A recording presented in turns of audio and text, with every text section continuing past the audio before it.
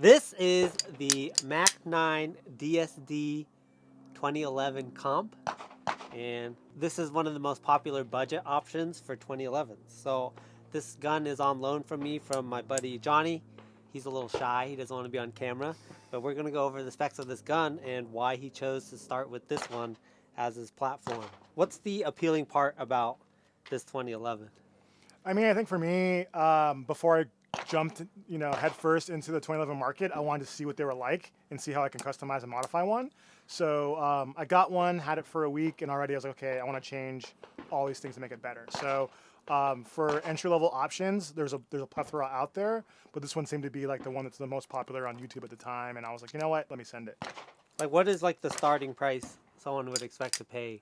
So retail is around $1,100, $1,200, but you can get them for as low as $950. I paid around $890 for mine. So yeah, this is the comp version, and as you can see, it has a massive like chunk port, it's called, on the top. So it's not like a Staccato XC where it's like an island comp where it's like cut off right here and the slide is shorter. It's just built into the slide. So it's like a normal ported gun, but they call it comp because I think it's like on the end. What else do you have done to this gun? This grip is like metal. That's not normal, right? Yeah, no. The original one is plastic and kind of felt cheap, so that's the first thing I wanted to change. So this is the Warwick Tactical Hex Hive billet grip, and it's anodized black.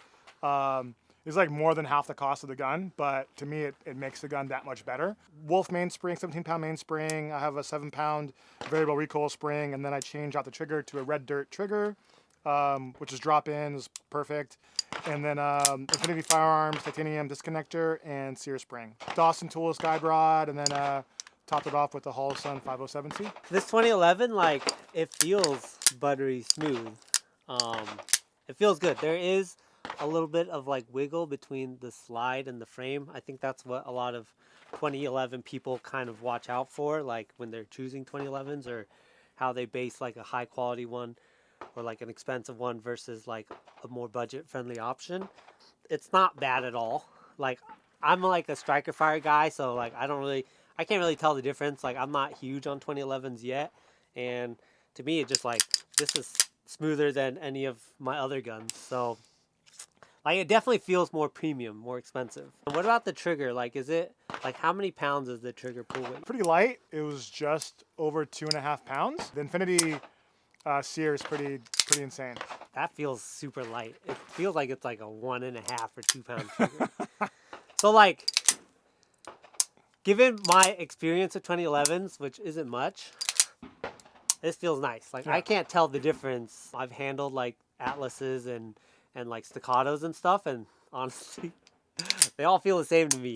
I'm not like a connoisseur where there's like little micro differences are like that apparent to me.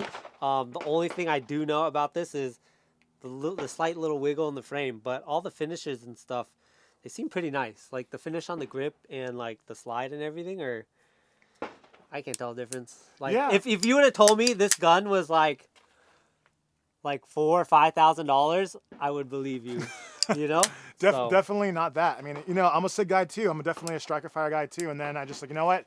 Let me see what the 2011 game's all about. And before I jump into a Staccato or a GTO, let me just see what my own take on it is first, so I know what to look for. All right, so let's get to shooting this thing and see how it really feels.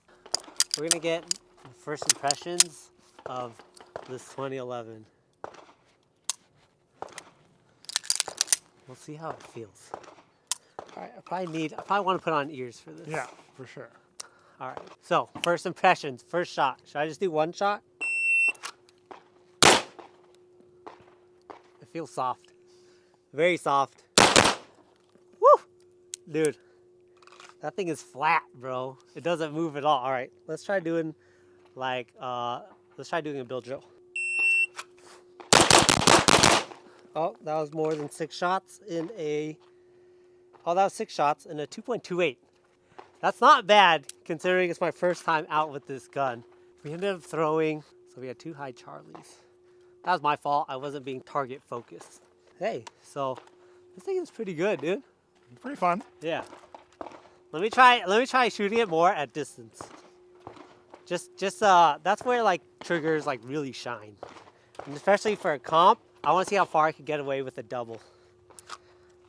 Let me see. So do mag.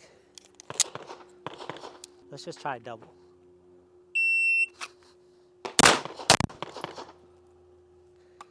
The center. So definitely, like, the comp lets you pull the trigger a little faster and still be on target even at distance. Okay. I just got two. Let me go for two headshots. Let's see how long it takes to get back on target. Okay. I mean, like, pretty close to the credit card. I mean, that's pretty good. It's pretty damn good. For headshots, you know? Yeah, and also your first time shooting Especially this at gun. like 15-ish yards over here. Like, that's not bad at all. I have 1 round left. Yeah. This thing's it's pretty good. It definitely you can definitely rip this thing and like have it stay like flat on target, you know? Let's see, are we clear? Yeah, we're clear. Hammer down. So yeah, this thing has a decent amount of like weight to it, but it's not too heavy, I feel like. And then the comp obviously puts in some work. Does the grip like add weight to it? Yeah, 100%. It came with this plastic grip that a lot of those entry-level 2011s come with, and it just felt really cheap to me and didn't feel like there was any grip at all. So I was like, you know what? First mod is getting this Warwick tactical grip, and that's the first thing I did. Yeah, so like the grip, this is like where you're touching and connecting with the gun. So by it being like metal and a little heavier, it definitely adds a lot of like value to, I feel like, to how the gun feels. And it does feel a lot more premium, 100%. Okay, so this gun, it shoots really well. We had 0 malfunctions. It shoots well at distance. You can be a lot more aggressive with follow-up shots. Like, aside from purchasing the gun, like how much does someone have to put into it to make it at this level? And at that point, would it make more sense to buy like a higher end 2011? What do you think? So to me, for the fun factor of customizing and learning how this firearm works compared to my SIGs, I thought it was worth it to spend out of pocket money, right? So out of pocket, not including the optic, about $1,500. So, you know, the grip, Yeah. getting, you know. So that's like Springfield Prodigy money. Correct. But it's like, okay, you can get stock Prodigy that you'll have to modify, or get an entry-level gun that you can modify and enjoy, and it'll be that much better than a Prodigy, right? Yeah. So that was my choice. What do I want to do? I can just buy an off-the-shelf gun, or I can make a gun my own. So this is not a bad option. I don't have 2011s, but if I were to get one, I wanted to modify it. This would definitely be a strong contender. So yeah, if you guys enjoyed the video, like, subscribe, and thanks for watching.